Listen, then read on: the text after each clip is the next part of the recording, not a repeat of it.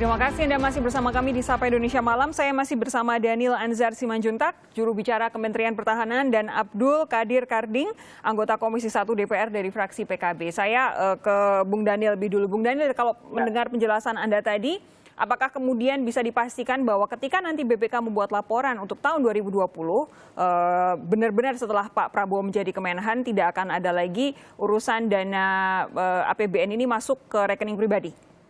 Begini kan Mbak Sofi, dalam prosedur audit itu biasanya ketika ada temuan kemudian disampaikan kepada auditi.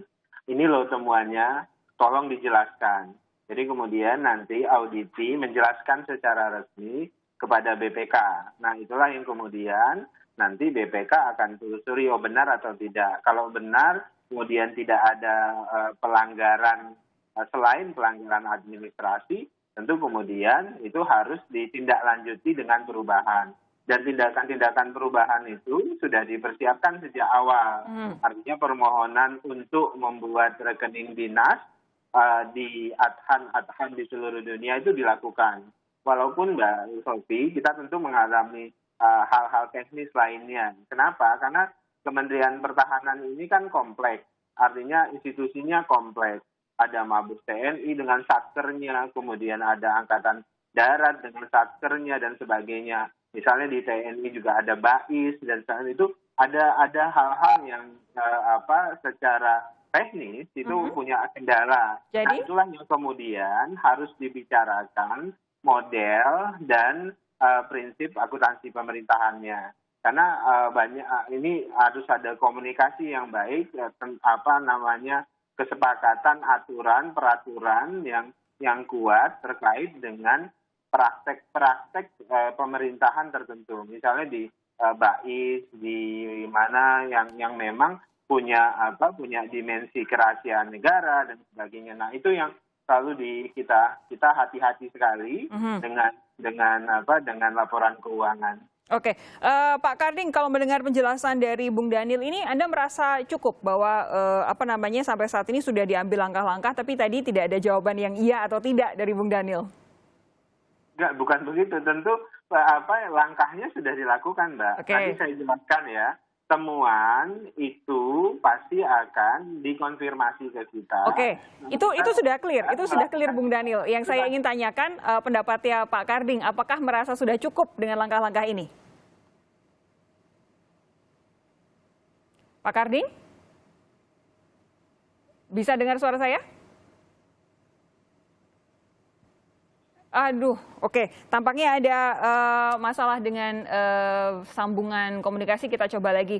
Tapi begini, Pak Bung Daniel, kalau kemudian ini kemarin sempat ada masuk ke dalam rekening pribadi begitu, bagaimana memastikan bahwa pertanggungjawabannya clear?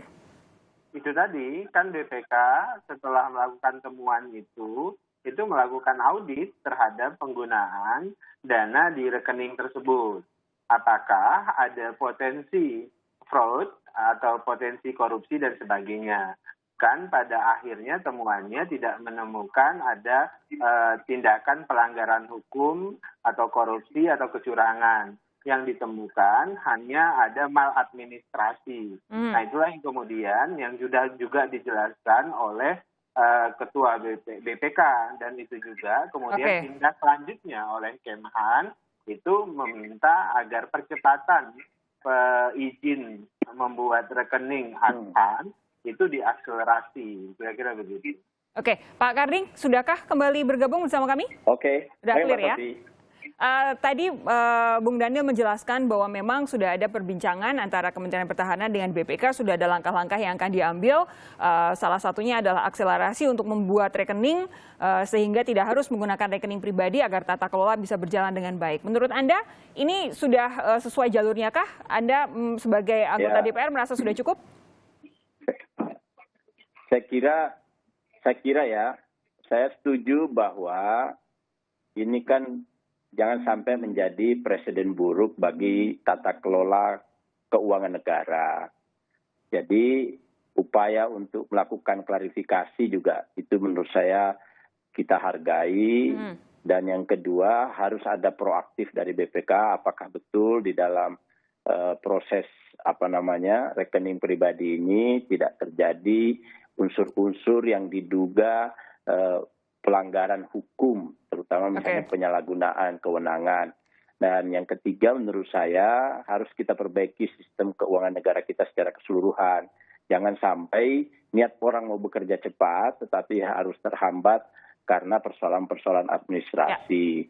Nah, saya tadi kan sejak awal usulkan bahwa kenapa kita tidak model-model otorisasi model online aja kalau begini. Yang penting sudah ada paraf misalnya dari menteri atau dari sekjen, sudah selesai. Jangan nunggu lama. Ini menurut saya hal-hal yang perlu diperbaiki ke depan. Karena kalau kita tergantung pada salah satu institusi, misalnya Menteri Keuangan lah taruhlah gitu, maka nggak ada program yang jalan. Nanti kata extraordinary-nya Pak Jokowi ini hanya verbalisme belaka nanti kalau nggak ada upaya. Jadi cepat ini harus diimbangi oleh sistem juga yang cepat. Oke, Pak Karding, DPR adakah kemudian rencana untuk misalkan memanggil menteri, dalam hal ini Kementerian Keuangan atau kementerian dan lembaga yang ada di dalam laporan BPK itu untuk kemudian bisa menyelaraskan apa yang Anda tadi sebut sebagai misalkan secara online begitu, supaya semuanya bisa cepat tapi tidak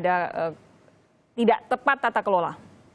Ya, saya kira bisa saja, tapi nanti kan tidak harus Komisi 1, mungkin AKN, mungkin juga komisi-komisi yang terkait misalnya dengan keuangan, atau juga bisa kita panggil juga oleh Komisi 1 karena ini menyangkut mitra kami. Kami juga harus menjaga nama baik mitra kami Kementerian Pertahanan, karena ini ya kalau saham ini anjlok loh ini. Sahamnya Pak Prabowo dan siapa ini Kementerian Pertahanan, karena ini namanya malapetaka bagi beliau. Beliau datang sudah terjadi dan ditemukan pada saat beliau berkuasa. Pak Karding, pertanyaan saya tadi sebelum kita jeda iklan, apa sebenarnya dampaknya kalau kemudian ada kementerian lembaga yang menggunakan dana APBN melalui rekening pribadi, apa dampaknya ketika ini jadi sesuatu yang terus berulang? Nah, ini tidak boleh terulang. Kalau ini berulang, potensi penyalahgunaan kewenangan atau potensi korupsi pasti mudah terjadi kalau begitu. Karena ini kan bukan perusahaan keluarga, ini negara besar. Jadi nggak boleh diulang-ulang. Cukup di sini aja kita ambil hikmahnya, saya kira. Jadi silakan. Yang kedua, saya kira kejadian ini kan apalagi di masa COVID ini, itu pasti menurunkan ini banget kredibilitas institusi. Kasihan kan institusinya. Betul, karena kita butuh kepercayaan betul dari masyarakat untuk memastikan dana ini tepat peruntukannya. Baik, jadi di masyarakat jangan banyak asumsi. Nah, kita harus memperbaikinya ke depan. Saya kira Kementerian Pertahanan akan melakukan itu. Oke, Pak Abdul Qadir Karding, anggota Komisi 1 DPR dari fraksi PKB, terima kasih. Dan juga Bung Daniel Anzar Simanjuntak, juru bicara Kementerian Pertahanan, terima kasih sudah bergabung bersama kami di Sapa Indonesia malam hari ini.